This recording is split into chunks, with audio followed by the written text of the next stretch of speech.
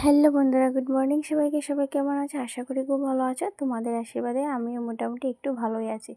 তো সকালে বাসি কাজ সব কিছু সেরে নিয়ে চলে আসলাম পুজো দিতে। আর এবার বসে পড়েছি পুজো দিতে। আর আজকে না বিপদনাশিনী ঠাকুরের ঘরটা পাল্টেছি, কারণ আজকে ছিল মঙ্গলবার। তাই বিপদনাশিনী ঠাকুরের ঘরটা পাল্টে দিয়েছি। আর সব কিছু উঠিয়ে নিয়ে আসতে আসতে অনেক দেরি হয়ে গেছে।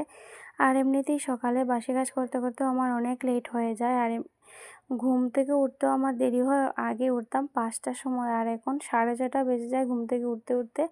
তো অনেক দেরি হয়। আর এমনিতে তো শরীরটাও ভালো নেই, তার জন্য আর তাড়াহুড়ো করি না, সব কিছুই আস্তে আস্তে করার চেষ্টা করি।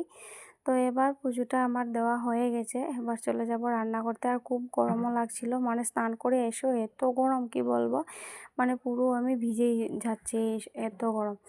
তো আজকে মাথাতে শ্যাম্পুও করেছিলাম।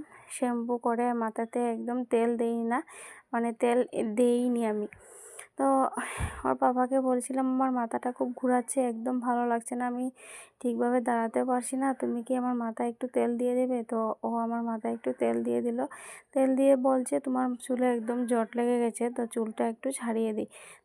তো চুলটা ছাড়াতে গিয়ে আমার খুব ব্যথা লাগছিলো। আমি বলছিলাম তুমি পারবে না, আমিই ছাড়াবো, আমার সব চুল ছিঁড়ে নিচ্ছ। তো এদিকে আমি মানে সব কিছু মাথার চুল টুল আঁচড়ে, আর এটা হচ্ছে পরের দিন সকালে আমাদের মানে পুকুরে মাছ ধরা হয়েছে। ওর দাদু মাছ মানে বাজারে নিয়ে গেছেন, তার জন্য এই যে মাছ আমার পাপাই সোনার জন্য এখানে ভাজি করছি। আর শুধু পাপাই সোনা না, সাথে আমরাও খাবো। আর বানাবো মাছের ঝোল। তো খুব গরম লাগছে। তোর বাবা গিয়েছিল স্টেশনে, তো বলেছিলাম ফোন করে আসার সময় আইসক্রিম নিয়ে আসবে, খুব গরম লাগছিল। তো এই যে আইসক্রিম খাবো। আর এই সময় ঠান্ডাও বেশি খেতে নেই, তারপরও আইসক্রিমটা খাবো। আর এদিকে পাপাই সোনা বসে বসে খাচ্ছে এই যে এখানে। তো আজকে এই পর্যন্তই ছিল।